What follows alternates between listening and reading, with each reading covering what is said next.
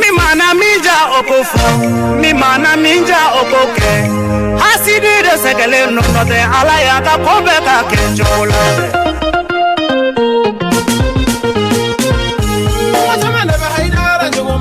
Haidara Clara Barala Mena Haidara Jugula Mode Sagaleno Panic Lala Barala Mama never Haidara Juguman Haidara Clara Barala Mena Madani Nene Kam Sherifuma Haidara Clara Barala Basita Nene Mori Mina Mori Panic Lala Barala Funeni Jara Chene Kam Sherifuma Haidara Clara Barala Fatani Aisha Chenyo Kanye Balikodo Panic Lala Barala Alimatu Chene Kame Mwalimuma Haidara Klala Barala Kuma Chama Nebe Haidara Juguman the Haidara Klala Barala Mena Kuma Chama Nebe Haidara Juguman the Haidara Klala Barala Mena Faneni Nebe Haidara Juguman the Haidara Klala Barala No Kumifenge Haidara Kuntibise Bani Maka Barala Faneni Nebe Haidara Juguman the Haidara Klala Barala. Très bien, j'espère que Aoubalani Watila ka Sherifa TV de la Djambo Fou Dante Folimina Kafoni Aouye Angani Générique Mangame Dongo do Bajara Kafoko Jeunesse et Développement ni Oye Mali Chifnago Wati et Setolaye Sherifa TV Jamani ka mo bela jele faminu solembe ana Mali Jamana kono fo Mali kokan ka jola ka fo ni Chifnago wa kene sigitolaye ni avec Aoufe ni Watila songolo kolin konana de dimanche au dimanche kadam ne 23h là katable à 0h là ou dougia avec la kaboga jiraoula kadam ne 16h là katable à 16h30 17h30 15h30 16h30 voilà donc oui on a programmé en beau fou dans tes foulimna ina fois wakala motogomina semaine ambe wolibla an sifinyoron do ma minube kenre barake wolma mi yere fona be ka bara wore ke ka soro kenre barate nga émission en dabo kuyi ka se ka wuli ka kuma di shifina ka ma min bato ubise kala koronchogo mino be bara minuna ubala ka gelaw jumen soro ala u donala chogo jumen ambe do ka biographie bela jelena ka nyefolike ala awi odi ban sense ga dun jemkan kono jeunesse développement mafla ban bulu koro bi mafolo ali Bouramasiri Traoré ni ali technicien frigoriste donc ni amba weleko Bouramasiri BST, c'est ça? BST fois. Donc, ayuli na nga wuli jabi. Mara obina fenchama ye jabarani kambi mimbe awre dabali ban sabla chifina ga mi do anyona ka do kosobe. Ambe feminu to abula ali le bulu gla en fait en Bamako ya non. Ni ala sona mina kuma da masoni. Maflana ali duli mbora ka bosi san ali de anga mawulele mbini oyi Mamadou Boire ni bebali donc Fimani Zigri Fimani donc elle était madou limblé salam alaikum. Alaikum salam. Kobi chokodi. Siribe. Ça va? Bonjour. Akra famaye. Bastila. Madou sango sanini wati ni sera. Sigatala. Amenyo sur Sherifa TV sans fait. Ka animala ou kasi ku fana ni shondia chikomina. Madou ka fo atege bashi bikana me dese. Ku konu chama mambulu ku monu chama mambulu.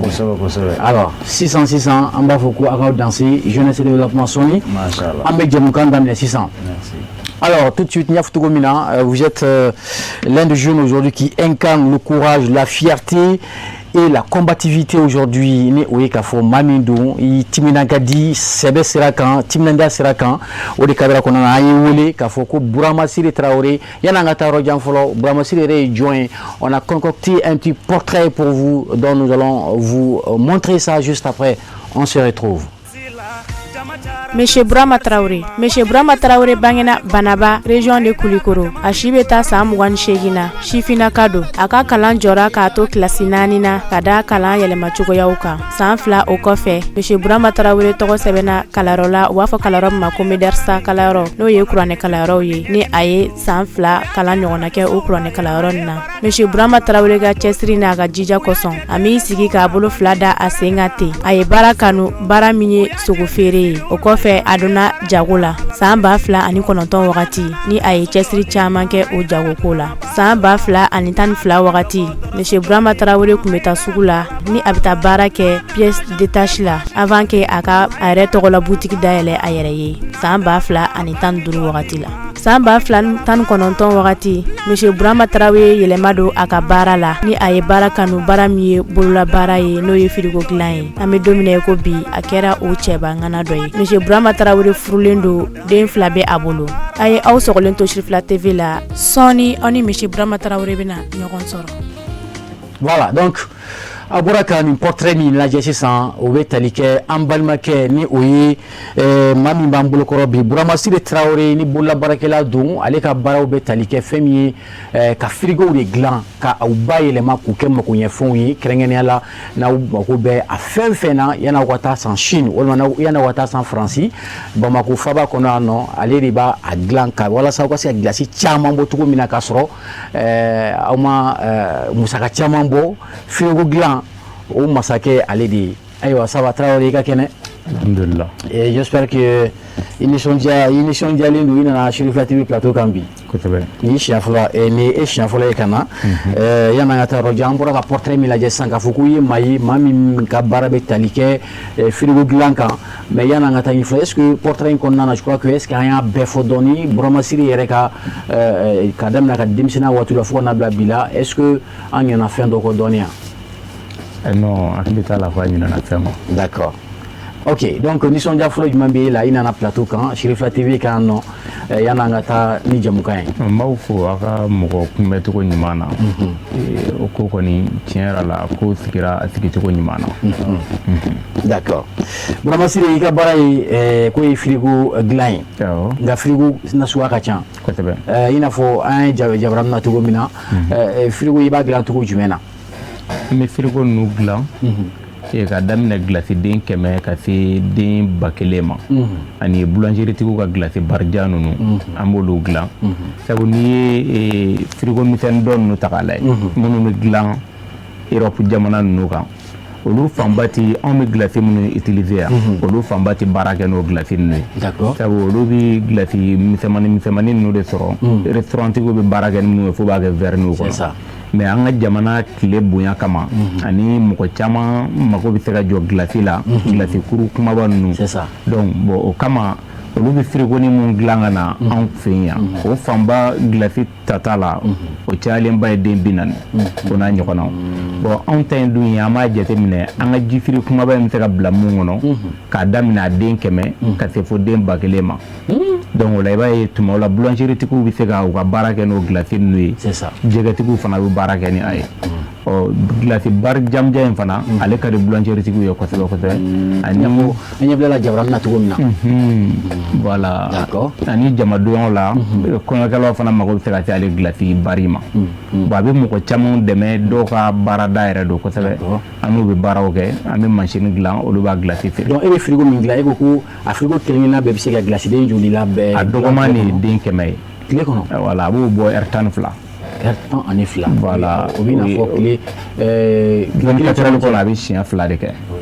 bon an ka mortoma ye n'o dilanna o genre dɔ bɛ yen nɔ a bɛ fɔ o ma ko kɔgɔma o bɛ bɔ heure 7 de kɔnɔna na donc o bɛ se ka siɲɛ 3 kɛ 24 heures kɔnɔ ale ye mortoma ye k'o dilan kivu belebeleba dɔ la ale gilasi fana bɛ marché kosɛbɛ village kɔnɔna ninnu na. Mais est-ce que parce que an ye k'a fɔ frigo ninnu caman a caman dilannen tɛ i n'a fɔ an ka portée la parce que an caman ka moyen tɛ tan kosɛbɛ est-ce que courant ko ta fanfɛla la i kelen bɛ ka frigo ninnu dilan ka bɛn ni o ye est-ce que i y'a adapté ni an ka n'an ka taabolo ye dɔɔni wa? Kosɛbɛ ale n'i y'ale ta k'a lajɛ a bɛ se ka baara kɛ teliya bolo ma ka sɔrɔ a ma courant ba jeni bon ni panneau ko in fana na sisan mɔgɔ caman bɛ k'a bila batterie lithium kan donc n'o kɛra ka ban o gɛlɛya dan bɛɛ y'i bolo batterie sɔrɔli mais batterie sɔrɔlen kɔfɛ i bɛna baara fɛn fɛn k'a bɛɛ tɔnɔ de ye sabu wari wɛrɛ bɔ t'o la bilen bon ale ti consommer o cogoya la d'accord o kama o ka nɔgɔn kosɛbɛ. Très bien sɔɔni an bɛ kuma di ma tuguni fɛn i y'a dilanni dege cogo min na et puis an y'a ye an y'a kɔnɔna ye a kɔnɔna ka bon matière jumɛn ni jumɛn de bɛ kɛ k'a dilan sɔɔni an bɛ ɲininkali d'i ma Fimani ko bɛ cogo di toujours brillant toujours très propre machallah toujours jovial aussi an bɛ ka e yɛrɛ la de yɛrɛ tun y'a fɔ n ko sa aw minnu bɛ nin baara nin na n ko aw ka fini ko segere fɔ an ɲɛna chaque jour aw bɛ télé la mais chaque jour aw tɛ bɔ ko fila kɛ ni fini kelen. mais yɔrɔ télé fana la télé maa min bɛ baara kɛ télé la u ka fini b'an ka machine kɔnɔna quoi bilen. C'est aussi vrai. Parce que an bɛ baara min kɛ mɔgɔ tɛ k'an sara o. C'est vrai, c'est vrai. Bon n'i ko k'i bɛ fini min d'a ma ou bien n'i y'an parilen dɔrɔn a bila i kunna o ye fɛn fitinin de y'an ka kow la. C'est vrai. O kumana an b'a fɔ finidilaw ɲɛna toujours k'u ka dɔ fara a kan. Exactement, merci beaucoup. Alors i nali diyara ye kosɛbɛ. Je crois que tu as une actualité que tu allais tout de suite nous expliquer tout au long de cette émission. B'a dɔn k'a fɔ i bɛ dongili min da zikiri di don mais n b'a fɛ mɔgɔw ka fimani ka i k'i voix ni fili fiɲɛ fɛ parce que n'an ye dongili da la dɔw ko ko machine b'i voix la. Voilà, est-ce que i bɛna kumakan min d'a ma sisan moi je crois que ça c'est de l'originalité. Alors s'il vous plaît on peut entendre ça là. Ne ti tubabula dɔn mais anw fɛ farafinna ni mɔgɔ ɲɛna de o bɛ sɔn bɛɛ da i la n'i kɛri fasako ye o bɛ sɔn bɛɛ da i la n'i kɛri basako ye o bɛ sɔn bɛɛ da i la n'i sera k'i faso jɔ o bɛ sɔn bɛɛ da i la n'i sera ka mɔnɛ bɔ o na sɔn bɛɛ da i la ne kanubaga n'u ye sɔn daw la cɛ halaladen n'u ye sɔn daw la wa sɛbɛkɛla n'u ye sɔn daw la a ye dɔ fara cɛsiri kan a k'aw bɔkolo lajɛ ne kanubagaw barika tigi ti lafiya mɔgɔ ɲa o ɲa o bɛ sɔn bɛɛ da i la Cherifula TV jama kulu ma tiɲɛni kɛ. Merci beaucoup. Avec une voix intarissable, comme on le dit. Merci beaucoup. Alors, aujourd'hui,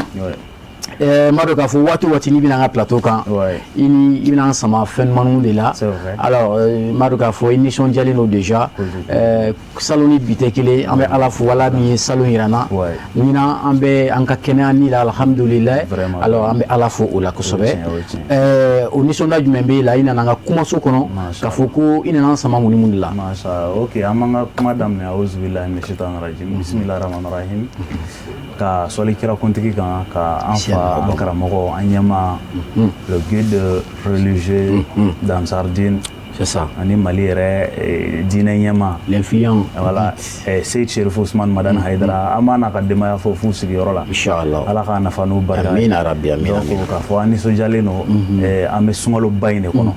donc an b'a ɲini ala fɛ sunkalo in tɔ a sunni a fanga a musaka ya rabbi parce que ni sun fanga b'i la n'a gɛrɛsɛgɛ t'i la n'a musaka tɛ yen dɔrɔn ma nɔgɔn dɛ ne y'o de fɔ dɔ ye musakadilaw dun bɛɛ tunun na sisan ni dɔ tun bɛ baro la don dɔ la ko sunkalo de ma ɲi se k'ale b'a ye ko silamɛya tɛ Mali la ko parce que maliyɛn tɛ sun fɛ ko silamɛya bɛ Mali la dɛ n ko gɛlɛya mɛn maliyɛn kan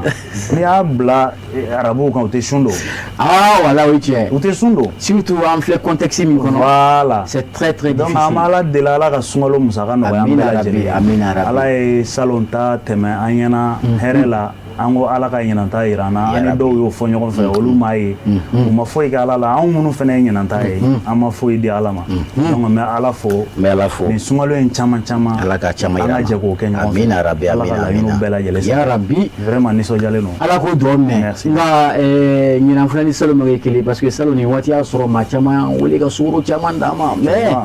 nin waati ninnu na i b'a ye k'a fɔ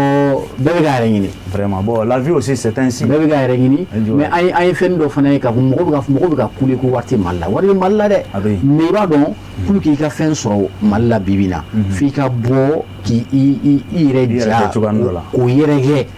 bon vraiment sinon wari bɛ mɔgɔ kun dɛ mais sisan pour que ne ka fɛn sɔrɔ sisan téléphone fo a tigi ka fɔ de ok bon karisa min d'i ma mais i bɛ ma jamu télé la quoi ou bien bila plateforme voilà i b'a fɔ wa bon o de bɛ ka kɛ gɛlɛya yɛrɛ bon an dun ko o tɛ diinɛ sira ye ni ala sɔnna don natɔ an bɛna babu yɛrɛ de ta nin kan ka se ka a ɲɛfɔ kosɛbɛ ka mɔgɔw wele ka na plateau kan ɲumankɛlaw bɛ ka dɔgɔya ka ɲuman kɛ diinɛ yɛrɛ sira kan quoi aw dun ye diinɛlaselaw de ye aw bɛ ka zikiri de da bi bi na alors je crois que on est tous trois sur le plateau an bɛɛ nakun ye kelen de ye ka se ka kuma sifinnakaw kun kan ko kan cogo min na i b'a ye k'a fɔ an balimakɛ a bɛ ka baara min kɛ bi ni ne ka di an fa an karamɔgɔ yɛrɛ a se Chérifou Soumaïla Haidara n'a ye den kɛ ni ye dɔrɔn k'a fɔ ko dusu b'a la vraiment i bɛ taa sɔrɔ a yɛrɛ nisɔndiyalenba sigilen bɛ télé kɔrɔ parce que i ka nin ye bi k'a fɔ an bɛ taa minɛn minnu san kɔfɛ sini jamanaw kan k'a fɔ ko o maa b'an yɛrɛ bolokɔrɔ sifinnaka de fana don denmisɛnnin a ma san 30 sɔrɔ donc vraiment il faut vraiment beaucoup encourager an ka a fo k'a barika hali bi k'a fɔ a ye a k'a timinandiya a k'a Sadio nin bɛ ne miiri karamɔgɔ ka wajulu kɔrɔba dɔ la karamɔgɔ delila ka wajulu dɔ kɛ san dɔ la a da sera nin frigo ko kelen ko kamalenin dɔ bɛ yen ko a ye frigo dilan Mali la yan tubabuw b'a dilan cogo min na ko kamalenin ye frigo dilan ten a bɛ suma a bɛ fɛn mais k'u y'a bɔ télé la siɲɛ kelen k'o don ni bi cɛ ko mɔgɔ m'a ta yɔrɔ dɔn a banna mais Ala nana ni dɔ wɛrɛ karamɔgɔ ni bonya b'a la ni Ala sɔnna a ma an balimakɛ b'an bolokɔrɔ plateau kan aw mago bɛ gilasi faso o faso la a y'a kalan cogo min na sɔnni an bɛna ɲininka o la a k'o ɲɛfɔ choix min b'a bolo a k'o ɲɛfɔ an filɛbagaw ye alors je sais que i fana mɔgɔw b'i dɔn kosɛbɛ ka min bi tɛ i ka dɔnkili ka di mɔgɔw ye dɔnkili fɔlɔfɔlɔ min y'i labɔ moi je crois que o diyara kosɛbɛ hali bi n'i y'a lamɛn i b'a fɔ ko a dara kunun de alors i ka dɔnkilida in kunun an ye dɔɔnin fɔ a la mais i bɛ se ka mun de fɔ min bɛ se ka kɛ fɛn kura ye maaw ma min mɛn i ka biographie kɔnɔna na i ka parcours kɔnɔna la. ok alhamdulilah o diyara n ye i bɔra ka dɔnkili min yɛrɛ fɔ sisan ko n'o kɛra sababu ye bɛɛ ye dɔn o de bɔra ka jouer ko daminɛ na n'o ye kuma caman de bɛ Haidara jugu ma sinon Haidara tilala baara la ni ne kɛra k'an yɛrɛ ka carrière boster voilà k'a lancer diɲɛ fantan naani bɛɛ Haidara kanuba bɛ yɔrɔ o yɔrɔ hali minnu tɛ ansaru ye bɛɛ ka zikiri finmani dɔn ni ne kɛra fɔlɔ ye donc an bɛ Ala fo k'a barikada mais c'est à dire diɲɛlatigɛ kow bɛ tourner ɲɔgɔn kɔnɔ toujours exactement Ala yɛrɛ tɛ fitiriwale ye n'i y'a ye nin kɛra ka ne ka carrière lancer kun dɔ de b'a la Ala bolo exactement o kun ye jumɛn ne yɛrɛ y'a kun kɛ jumɛn ye parce que ne yɛrɛ ka dɔnkilida n ka zikirida a ka kɛ koba ye Ala ni Haidara ka duwawu sababu Allahu akbar ya parce que an ye moment donné ne taara aventure la Sidibe ne bɛ n ka aventure la taga décision ta don min na ne y'a kanu ka taa duwawu ɲini Haidara de fɛ a kɛra en 2010 ne taara i b'a dɔn n'i taara ni mɔgɔw nana duwawu ɲini Haidara fɛ o wagati u bɛ jama ladon a bɛ don 10 20 exactement a bɛ taa duwawu ɲini a bɛ fatiha ta a bɛ bɔ mais nin don Ala y'a kɛ ne taara n bɛ denmisɛnninya de j'étais à l'âge de 21 ou bien oui mais Ala y'a kɛ ne kelen de donna ka taa n sigi Haidara kɛrɛfɛ k'a fɔ a ye n ko bon ne bɛ fɛ ka taa aventure de la ka taa wari ɲini o kɔfɛ fana a ka di n ye ka kɛ dɔnkilidalaba ye o kɛra en 2010 ne taara aventure la ka dɔɔnin kɛ Cameroun ka Nigeria kɛ ka taa Gabon ka 4 ans et quelques kɛ Gabon ka bɔ Gabon ka na Côte d'Ivoire ka 3 mois et quelques kɛ ka segin ka na Mali la en 2016 mais n bɛ aventure la n bɛ dɔnkilida misɛnmisɛnninw kɛ i n'a fɔ wajulu yɔrɔ la mais n seginna ka na Mali la dɔrɔn n ye zikirida in reprendre dɔrɔn paf a kɛra i b'a fɔ ko non c'est-à-dire o yɔrɔ la an y'a bila n kunna c'est que voilà Haidara ye duwawu min kɛ n taara tuma na n ma wari sɔrɔ mais n nana zikirida i tɛgɛ don min na dɔnkilida a ɲɛna i bolo effectivement donc c'est ce qui conduit même d'ailleurs à vous présenter ce petit portrait voilà et o min kɛra sababu ye ni jama ɲɛmɔgɔ yɛrɛ ye danaya ta ka da i kan ka jɔnɔn ta k'a d'i ma k'a fɔ ko ɲɔgɔndanba dɔ tun bɛ yen nɔ seko ni dɔnko bonankun kan ko e de kɛra sifinnaka ye min ye o jɔnjɔn sɔrɔ n b'a dɔn k'a fɔ a bɔra Jabaranin na a bɔra ORTM yɛrɛ journal 20h la a Jabaranin bɛ avec la permission de Adama Salia Coulibaly, je crois qu'on va visionner ça. Il se commenter le fait que vous avez été primé lors de ce concours. Est-ce que Aïe Nisonda Jumeira est là aujourd'hui? Bon, allez, un jour, il a essayé comme méthode comment on dit Google quand des fois mais artiste korban na fenga tapé un jour a jigna yɛrɛ kɔnɔ mo jɔn yɛrɛ ka don Google kan ka tapé ne yɛrɛ ye jɔn ye voilà ni i ka jɔnjɔn sɔrɔ voilà concours min kun lancera ni jama ɲɛmɔgɔw ye jɔnjɔn ta ka d'i ma voilà ok allez-y voilà donc ni yɛrɛ yɛlɛnna Google kan don dɔ la ka tapé n bɛ fɛ k'a dɔn cɛ jɔn yɛrɛ est ce que ne filmani yɛrɛ tɔgɔ bɛ Google kan yɛrɛ fɔlɔ ni y'a sɔrɔ jamana mɔgɔw kɛlen don k'a bila kan ni yɛlɛnna dɔrɔn n y'a sɔrɔ nin fɛn in de ye u kɛlen don ka nin ne commentaire kɛ Google kan i yɛrɛ kun t'a dɔn n yɛrɛ kun t'a dɔn k'a fɔ ko ne yɛrɛ ka histoire dɔɔnin bɛ Google sanfɛ quoi n donna k'a taper l'histoire de Zikiri Filmani dɔrɔn ne yirana ne bon nin concours in sɔrɔla i b'a dɔn ni Ala bɛ fɛn min na a tɛ tiɲɛ ne dalen c'est à dire ni o de la an karamɔgɔ b'a fɔ ko fɛn fila bɛ diɲɛlatigɛ la mɔgɔ c'est à dire i se t'olu la quoi kanu bɛ na a tɛ rendez-vous ta maa garisɛgɛ fɛnɛ ye min ye a bɛ na a tɛ rendez-vous ta o ye tiɲɛ hali n'i m'a karaba un jour de ne dalen dilan kan dɔrɔn n terikɛ dɔ de bɛ yen Mohamed Traoré an ka zikiridala musokɔrɔba dɔ bɛ yen ko Bata Mɛnta ale denkɛ de don bon adamaden n'i ye baara fɛn o fɛn kɛ n'i y'a minɛ i sɛbɛ la adamadenw bɛ confiance da i kan k'i bɛ se ka ko dɔ k'a la quoi bon ne dalen ale de sina ka nin fɛngɛ ci ne ma ten ko k'a fɔra ko autorité kɛlen don ka lancement dɔ kɛ artistes ye k'u ka armée fasa da donc ko fɛngɛ bɛ di premier ma quoi ko ale dalen b'a la ko ne bɛ se ka ko dɔ kɛ ko in na o yɔrɔ na dɔrɔn ne ko y a pas de problème n ye dɔnkili programme dɔrɔn ka taa an ka fɛngɛ déposer on était à 58 personnes awɔ bon 58 personnes na o ye mɔgɔ 5 de choisi ka b'olu la k'o mɔgɔ 5 bila ka taa finale la sisan bon o mɔgɔ 5 fɛnɛ taara finale la ne de kɛra premier nationalement machallah et puis ne kelen de kun ye zikiridala a cɛla ye sinon a tɔ bɛɛ kun ye mais e ka dɔnkili jumɛn da n'a kɛra sababu ye ka jɔnjɔn d'i ma dɔnkili in titiri tɔgɔ o de Israna ibisa imasira ibisa o de la arime mali ti siranya don cɛba kɔrɔ mana sira dɔnna ibisa ni masa kungo ibisa so hali ni masira dɔnna ibisa ni masa so ibisa kungo nka cɛ mana ba ka i faso dɛmɛ ko i ban sabu ye saya ɲɛ siranya ye ni siranya ma saya bali i kɛra faso kuma soliden ye o de la arime mali ti siranya dɔn armée Mali fasa voilà donc on va an b'o dɔnkili tugu a la comme a dɔnkili b'an bolo kɔrɔ d'accord an bɛ armée tasubila kɛ k'a ɲɛsu bɛɛ lajɛlen ma Israna ibisa imasira ibisa o de la armée Mali ti siranya dɔn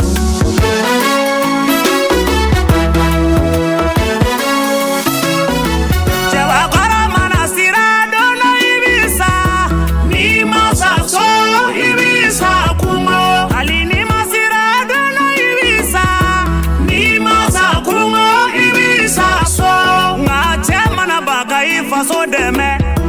koi ban sabu ye saya ɲɛ siranya ye ni siranya ma saya bali i kɛra faso kuma soliden ye o de la armée Mali ti siranya dɔn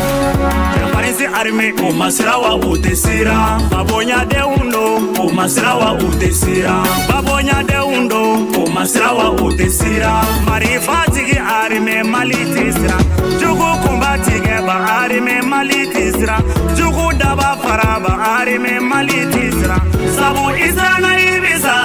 ima sira ibisa ni siranti saya bali kolu ma sira munye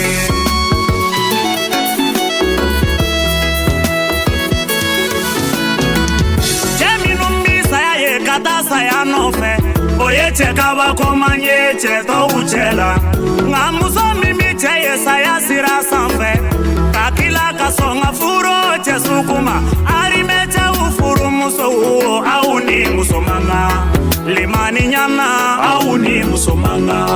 furu kanu na aw ni musomanga faso kanu na aw ni musomanga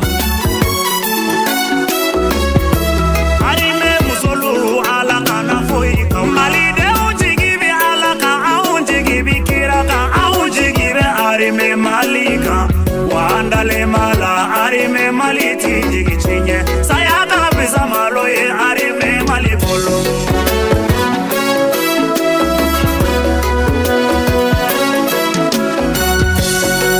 arime Mali wa dubabu bauka fauka dubabu bauka arime Mali wa dubabu bauka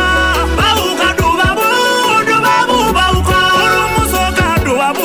dubabu bauka wolo deunga dubabu bauka da kurunya kele Mali ende me bauka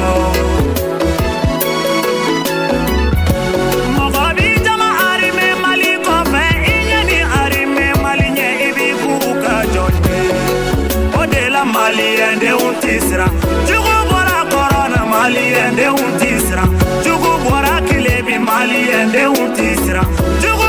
bayanfa Mali ende untisra jugu bora kanyaka Mali ende untisra sabu sama bɛ maa min ɲɛ ngomi ti gosi bada.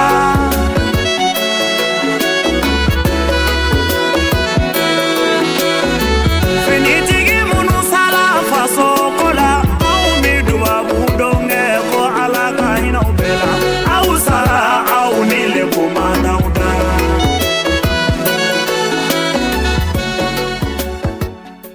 Armée Mali fasa min dara an balimakɛ fɛ ni o y'an ka invité filanan ye Mamadou Boire ni bɛɛ b'ale wele Zigiri Fimani donc an bɔra ka armée malienne fasa lajɛ sisan. Alors n b'a dɔn k'a fɔ dongili mun de ye ni hakilina na i la ka a ɲɛsin an ka finitigilakaw ma. Ouais bon nin kɛra wagati min na a y'a sɔrɔ jamana in halisa a ka kalansa an bɛ Ala deli Ala ka a suma toujours. Amina. Mais o don fana y'a sɔrɔ a ka kalan ni bi ye en 2022 donc o y'a sɔrɔ a ka kalan ni bi ye an bɛɛ lajɛlen c'est à dire ko kurungɔnɔmɔgɔ bɛɛ lajɛlen hakilina ye ba tigɛ ko ɲuman ye. Donc anw fana ka marifa kala y'an da de. O ye tiɲɛ o ye tiɲɛ. I n'a fɔ aw yɛrɛ fana ta bɛ ten cogo min na. Donc an ka marifa kala y'an da de ye. Ka ne ka nin sɔn yɛrɛ n yɛrɛ ye message sɔrɔ ka bɔ ten finitigilakaw yɔrɔ. K'a fɔ minnu y'a ta réseau sanfɛ k'a fɔ vraiment il faut voilà an bɛ k'i lamɛn du courage quoi donc a dan ye a jɔnjɔn yɛrɛ di kɛnɛ kan a y'a sɔrɔ Abdoulaye Maïga a bɛ premier ministre intérimaire la ale yɛrɛ de taara ka taa di ko mɔgɔw y'a image la cogo min na a dɔw bɛɛ tun bɛ fana bɔra Asimi yɛrɛ la Sadio Wage bɛɛ de tun bɛ kɛnɛ kan bɛɛ tun bɛ yen voilà vraiment o ye danayaba ye o ye nisɔndiyaba ye ma dɔn k'a fɔ an na min ɲininka k'a fɔ ko prix a contenu est-ce que i y'a sɔrɔ contenu donne la poche la yɛrɛ kɛra donne la poche la donne ma kɔnɔ ani encouragement voilà ka tila ka mérite dɔ di voilà tableau dɔ di là ça c'est très bien félicitations merci i ɲɔgɔnna caman m'o fana sɔrɔ Zigiri da la dɛ ka dɔgɔ o de la n b'a fɔ n ko voilà karamɔgɔ dugawu minɛ na dugawu minɛ na merci alors an y'a fɔ cogo min na maa fila de b'an bolo kɔrɔ an ka thème ni o ye de l'échec à la réussite la résilience donc dans le parcours des jeunes entrepreneurs ni o ye sifinnaka minnu bɛ dɛmɛ la u ka dɛmɛ kɔnɔna na hali n'a sɔrɔ gɛlɛyaw sɔrɔla nka u ma a to u ma sɔn ka gɛlɛya n'a ka gɛlɛya bɛɛ u ma sɔn ka u tɛgɛ fila da u sen kan u ye kɛlɛ kɛ ka se ka u yɛrɛ k'u ɲɛ di fo ka taa kɛ waati min na Ala ye sababu dɔ di u yɛrɛ ma ni o y'an balimakɛ yɛrɛ ta ye bi Burama Siri Traoré je crois que an ye dɔɔni fɔ nka i ka bololabaara in kɔnɔna na ni o ye ka frigo dilan in yan'an ka an da tugu a matière la fɔlɔ i y'a kalan de wa oui kalanso dɔ de la i y'a kalan wa walima kɛra cogo jumɛn na i donna la cogo di n y'a daminɛ 2019 donc comme grand frère bɛ clim feere Ousmane ale ka baara ye clim feere n taara ale de kɛrɛfɛ o y'a sɔrɔ ale fana bi patron dɔ bolo Magasuba donc ne taara far'o kan Magasuba de ka spéciali tun ye mansini ninnu dilannen donc an tun b'ale de bolo baara in na dɔɔni fo ka na a ɲɛdɔn ka se ka baara daminɛ yɛrɛ 2020 kɔnɔna na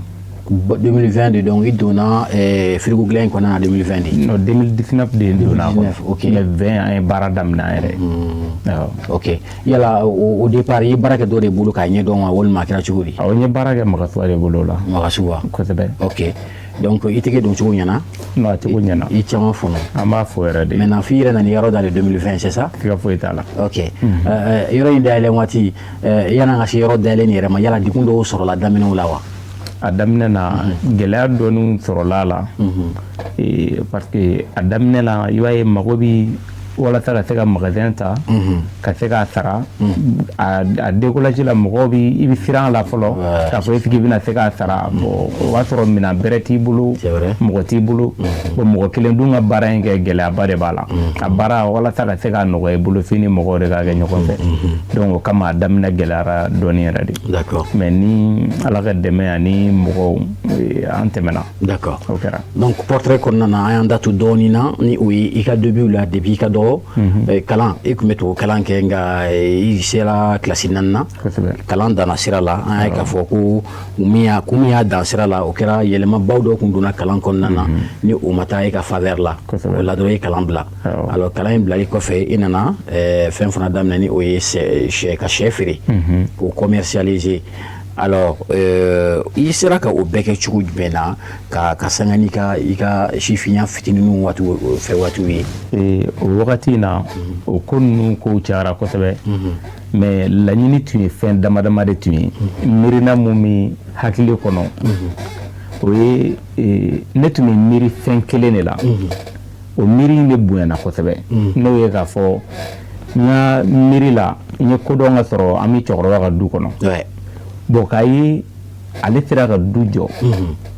ka a denw b'o kɔnɔ anw k'an yɛrɛ ye o kɔnɔ bon ne ka faamu ni n ka jate tun na ne ka ɲɛnamaya tun miirinaba yɛrɛ bɛɛ de tun ye dɔrɔn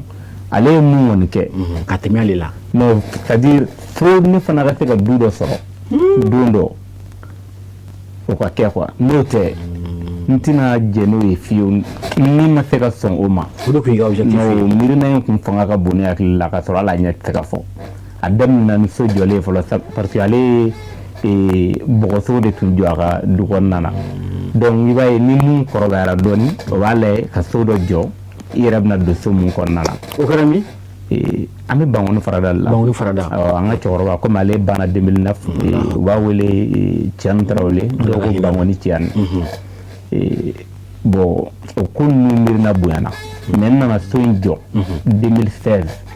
i fa ka du kɔnɔ voilà ni so ye bɔgɔso in bɛɛ ci kɛ non ma o bɛɛ ci c'est à dire grand frère bɛ yen nɔ grand frère caman bɛ yen bɛɛ lajɛlen bɛ jɔli kɛ dɔɔni dɔɔni donc bon n fana tun miirina tun ye fo n yɛrɛ ka se ka jɔli dɔ kɛ parce que k'a ye i b'i faso la mais e ka taga si kɛnɛma ko miirina kɛ dɔrɔn ko so de ti e bolo du kɔnɔ ye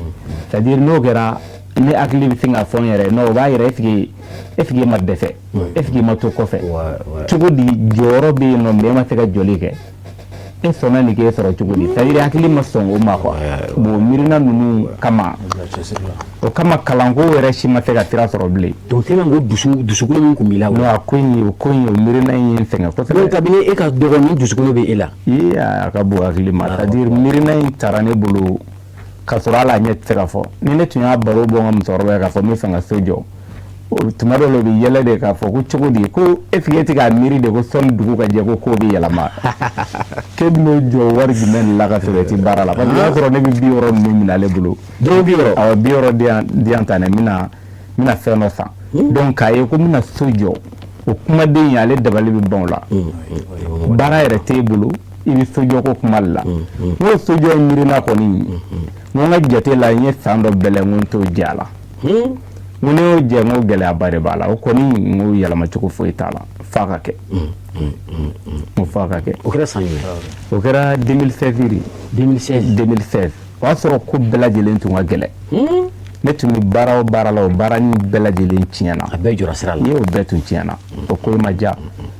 o san damadamani kɔnɔ n taara damandaw la n taara Moritani ka na n ye fɛn camanw kɛ parce que ne tun bɛ mɔgɔ min bolo baara la ni ne bɔra ka n yɛrɛ ta n grand frère dɔw bɛ olu tun ma jɛ ni o ye parce que olu ka miirina tun ye mun ye k'a fɔ ko i ma se yɛrɛ ta ye f'i ka kɔkɔ fɔlɔ voilà i ma se yɛrɛ ta ye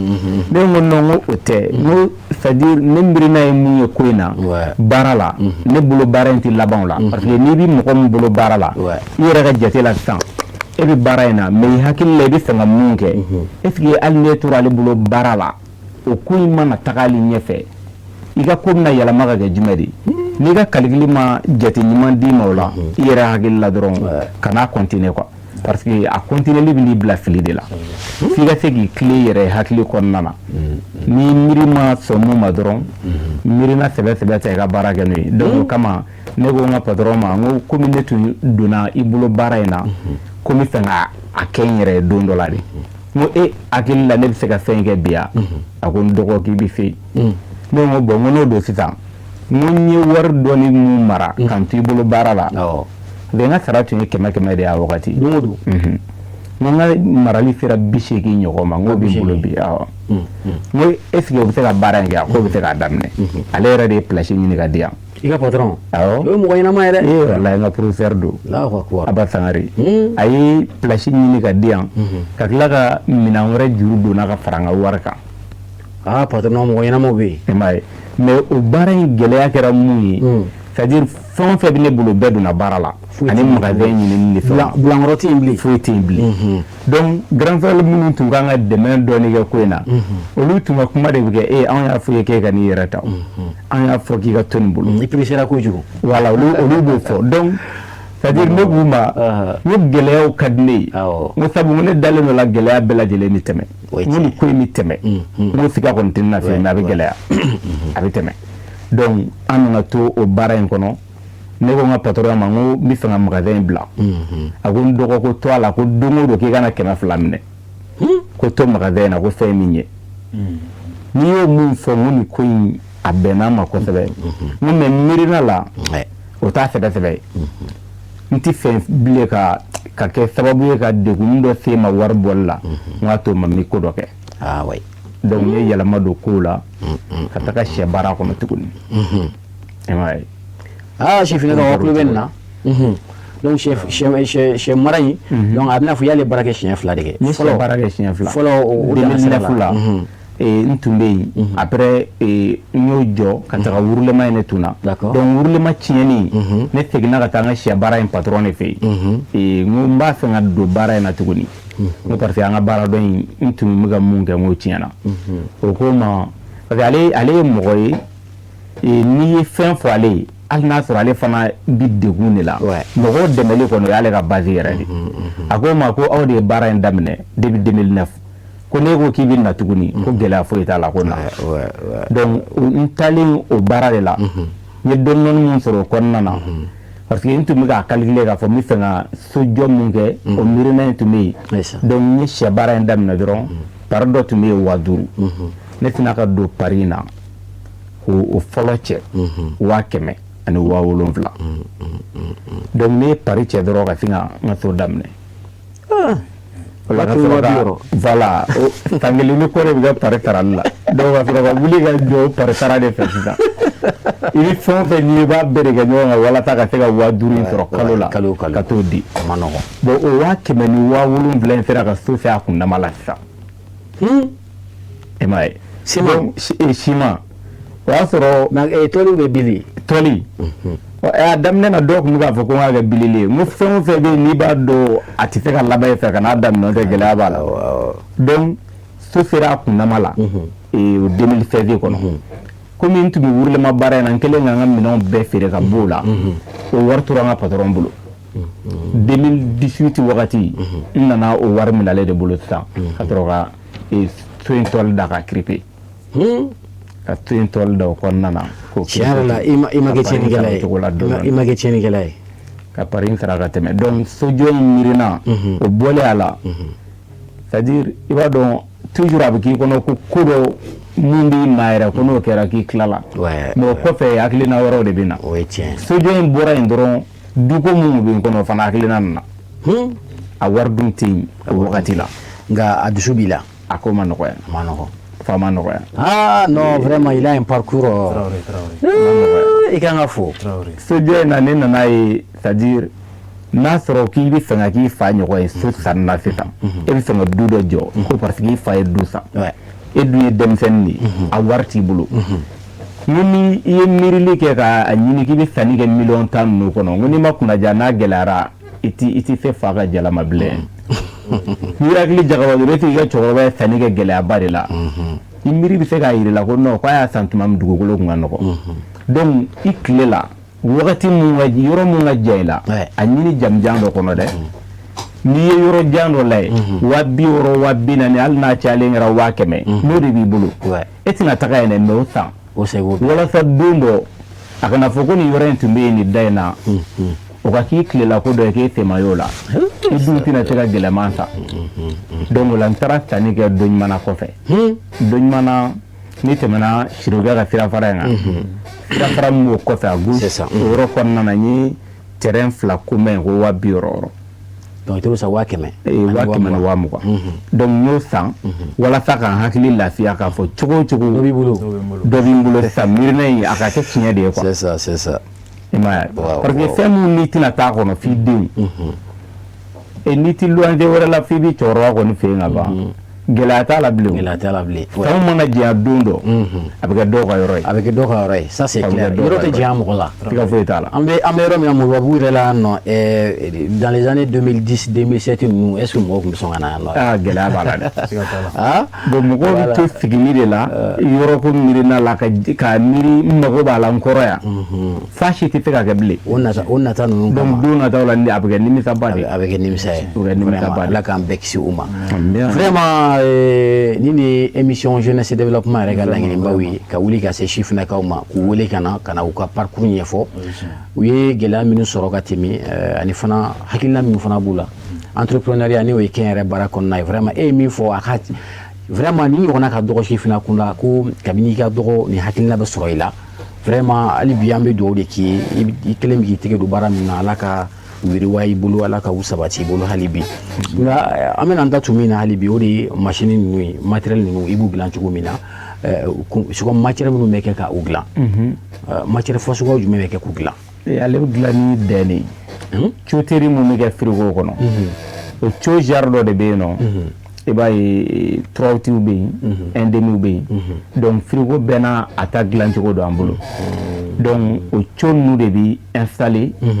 chambre froide karakasi yiriba dɔ bɛ yen o yiri ninnu frigo minnu bɛ yen n'a sɔrɔ gilasiden ba kelen o frigo tɛ sɔrɔ an bolo donc o la f'i ka o karakasi dilan donc n'an ye karakasi dilan ka ban sisan an bɛ sɔrɔ ka étagère sigi a kɔnɔ i b'a jateminɛ dɔrɔn i mago bɛ nombre hakɛya min na n'a sɔrɔ i mago bɛ gilasiden 100 de la sisan i bɛ se ka étagère kelen ta étagère kelen o kelen n bɛ 20 bila yan n bɛ 40 bila yan walasa i mago bɛ nombre min na k'a calculer ka bɛn n'o ye donc o kama nombre bɛɛ bɛ se ka dilan machine na fo dɔrɔn ni mɔgɔ ma mun fɔ mais e b'a dilan ni tɛgɛ yɛrɛ de ye quoi a bɛ dilan ni cuteri mun bɛ kɛ o bɛ kuru ni machine dɔ de ye awɔ n'i ye cu kuru ka ban o bɛ bila a kɔnɔ a bɛɛ bɛ dilan dɔɔnin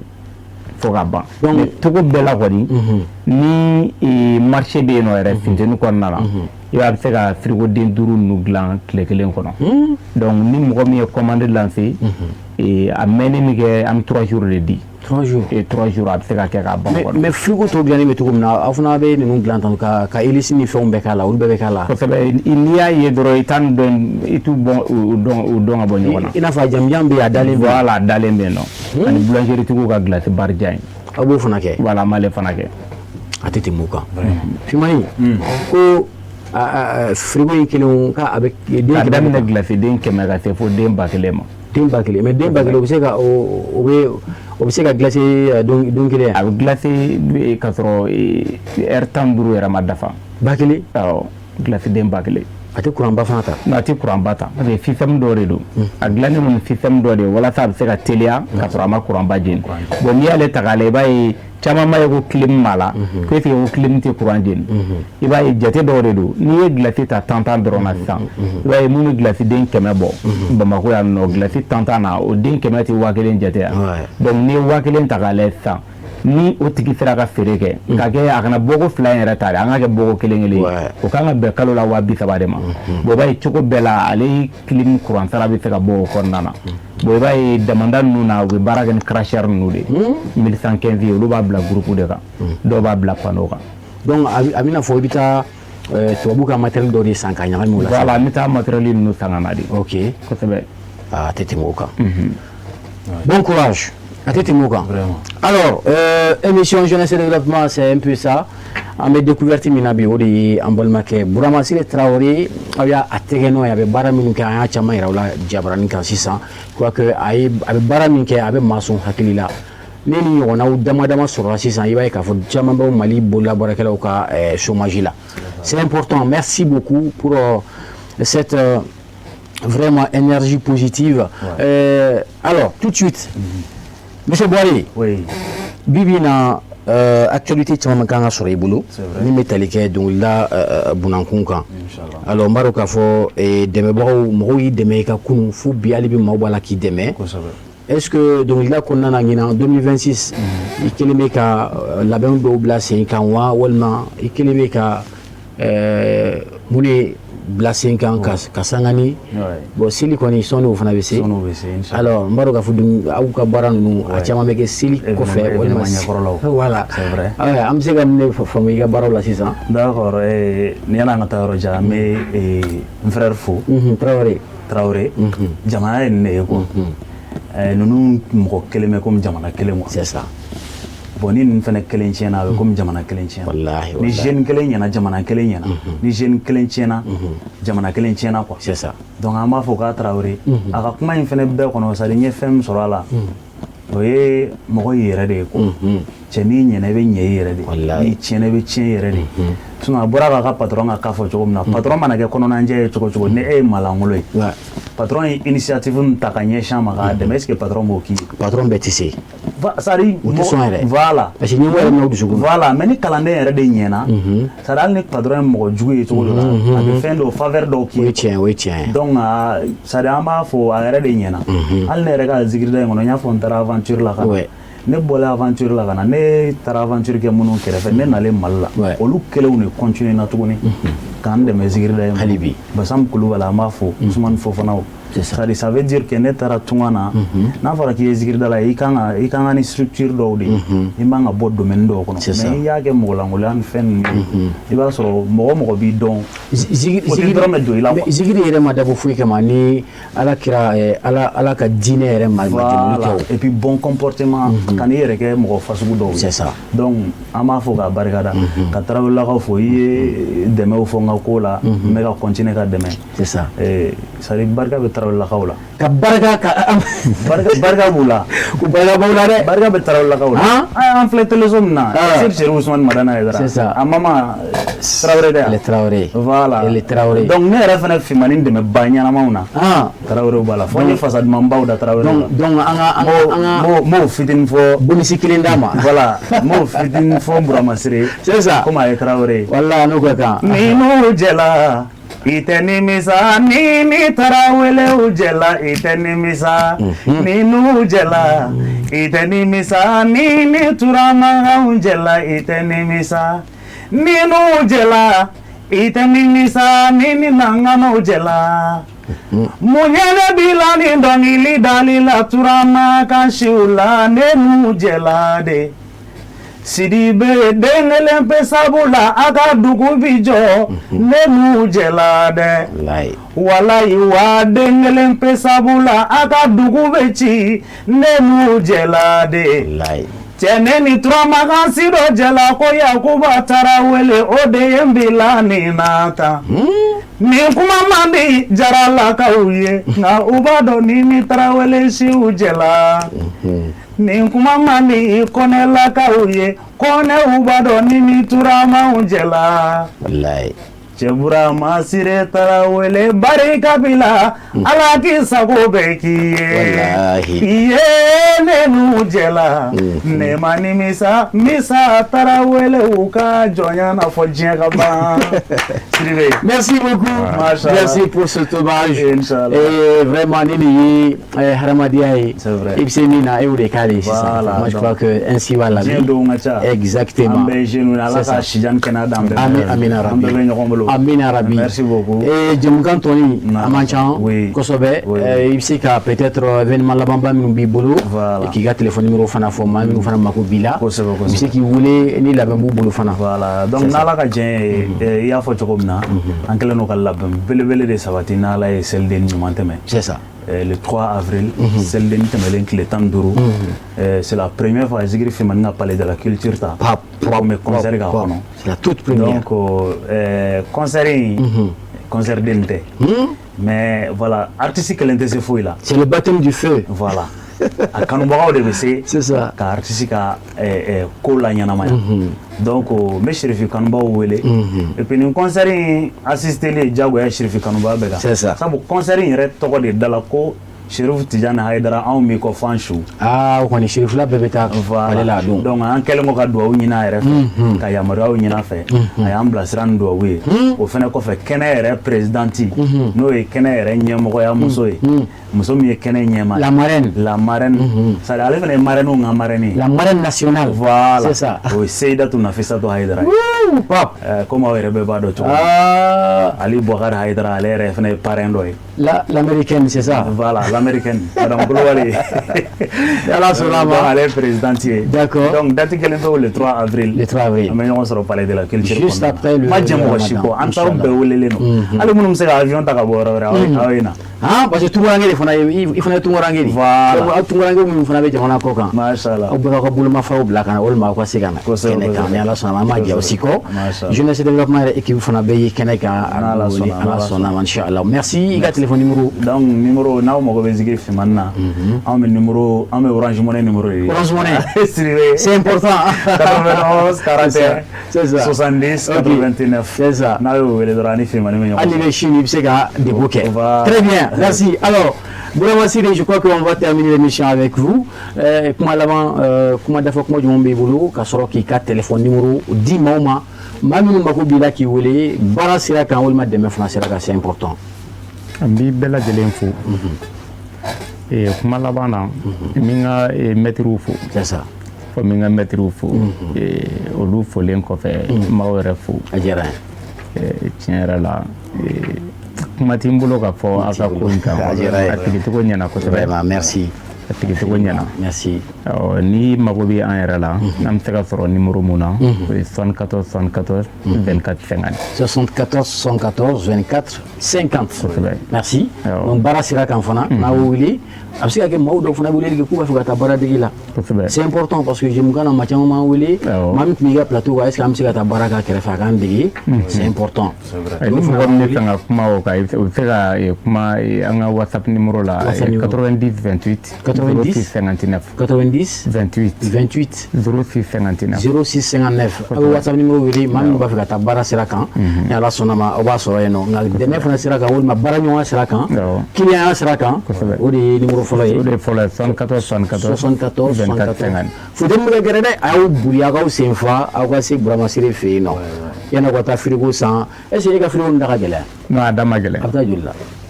bon prix bɛɛ b'a la prix bɛɛ b'a la den kɛmɛ ta ninnu ale bi dilan bolo 500 000 ok et donc nous il faut les frigos ordinaires voilà bon ale da bɛɛ b'a la quoi ça dépend c'est-à-dire ni mɔgɔ min mago frigo la a ka commande kɛ dɔrɔn i ka commande lajɛ dɔrɔn walima i ka kuma an fɛ a ka nɔgɔ i ma cogoya mun na an bɛ se ka baara kɛ cogo la i bɛ se ka dɔ sɔrɔ bon ni a bɛ dépend i bɛna ɲɛfɔli kɛ n cogo min na ale bɛna baara kɛ yɔrɔ mun na parce que Mali ka gɛlɛn san i ka foyi t'o la très bien merci beaucoup ni ne bɛ dan sigi an ka bi jɛmukan na min ɲɛnamara maa fila fɛ ka fara ne yɛrɛ kan maa saba maa fɔlɔ o de tun ye Mamadou Bouare ni bɛɛ b'ale dɔn ni Zikiri Fimani ye a bɔra ka a da don a ka parcours la et puis a y'a da don a ka événement ba la min bɛ na ɲɛnamaya le 4 avril au palais de la culture le 3 avril c'est un samedi ou un vendredi? Un vendredi. Voilà. Et donc, puis voilà, moi je concert que je fais là mais cette fois-ci je vais faire un taquet à partir de 16h. 16h. Donc concert c'est la bladjona chogomna. Voilà. Très bien. Sortez massivement pour participer à ce concert de l'année de la part de Zikiri Fimani. Merci beaucoup. Alors, vous aussi, il faut naber à Kenekan parce que Maron. Très bien.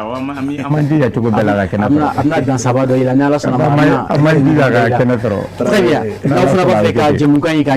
y a ka envolé ka foko.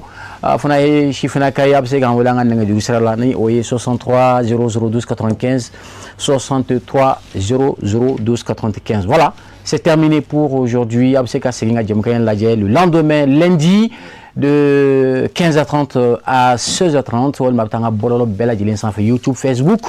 TikTok anga Jemukan à bedela notre Chérif là officiel bébé non. Merci beaucoup. Alors amna Jemukan datuguni Zikiri Fimani ka nobla dumani ka foko ala ka sungolo timiko ma ambela jeli ala ka hereke mali.